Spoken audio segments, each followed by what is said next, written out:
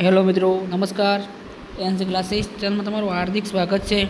મિત્રો, જો તમે અમારી ચેનલમાં નવા હોય તો લાઇક, શેર અને સબસ્ક્રાઈબ કરવાનું ભૂલતા નહીં. હવે મિત્રો વાત કરીએ તો કચ્છ માટે જે સ્પેશિયલ ભરતી છે તો એની અંદર ભરતી પ્રક્રિયામાં કેમ વિલંબ થઈ રહ્યો છે. તો મિત્રો વાત કરીએ તો 1.5 મહિનો થયો છે, હજુ સુધી પણ એના કોઈ ઠેકાણા નથી. કચ્છમાંથી પ્રાથમિક શિક્ષકોની જે સ્પેશિયલ ભરતી માટેની જે 1513 અરજીઓ ગઈ નથી, હજી સુધી આગળ એમની અરજીઓ મૂકાની નથી.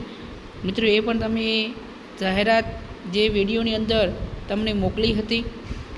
તો કચ્છના જે સરકારી પ્રાથમિક શિક્ષણની ખાડે ગયેલી સ્થિતિ સુધારવાનું કામ સરકાર ક્યારે હાથ લેશે તેને લગતીને ઘણા પ્રશ્નો ઊભા થયા છે. અને મિત્રો, એની ભરતી ક્યારે થશે હજી કોઈ, કારણ કે ક્રમિક ભરતી ચાલુ છે. 6 થી 8ની પ્રથમ તબક્કો જાહેર થઈ ગયો છે અને હવે બીજો તબક્કો ને એના પછીની જે વટકચ્છ છે તો એની અંદર સ્પેશિયલ ભરતી કચ્છ માટે આવી શકે છે. 50% ઘટના કારણે 1000 શિક્ષકોને છૂટા કરવાના બાકી છે. હવે ઘટ છે એના કારણે બીજા શિક્ષકો જ્યાં આવે ત્યાં સુધી એમને છૂટા કરવામાં આવશે નહીં. એટલે 31 મે મહેકમનું સેટઅપ પણ બદલાશે. હવે તારીખ 24ના શિક્ષણ સમિતિની બેઠક.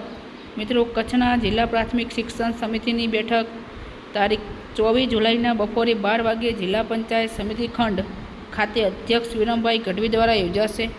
જેમાં જર્જરિત ઓરડા તોડી પાડવાની મંજૂરી આપવા, બંધ પડેલી શાળાને અન્યમાં મર્જ કરવા સહિતના નિર્ણય લેવાઈ શકે છે. જેની બેઠક 24 તારીખે થઈ શકે છે અને 24 તારીખે ખ્યાલ આવશે કે કઈ રીતે સ્પેશિયલ ભરતી કરવી અને એની અંદર ખાસ કરીને કઈ કઈ શાળાઓને મર્જ કરવી. મર્જ એટલે કે એક શાળા છે બીજી શાળાની અંદર કઈ રીતે એને સેટઅપ કરવી. સંખ્યા પ્રમાણે બીજી શાળામાં જો વર્ગખંડ હશે તો ત્યાં મૂકવામાં આવશે. તો મિત્રો, એવી રીતે હાલ જે માહિતી મળી છે એ રીતે માહિતી તમારી સમક્ષ લઈને આવ્યા છીએ. જો તમે અમારી ચેનલમાં નવા હોય તો લાઇક, શેર અને સબસ્ક્રાઈબ કરવાનું ભૂલતા નહીં. જય હિન્દ, જય ભારત.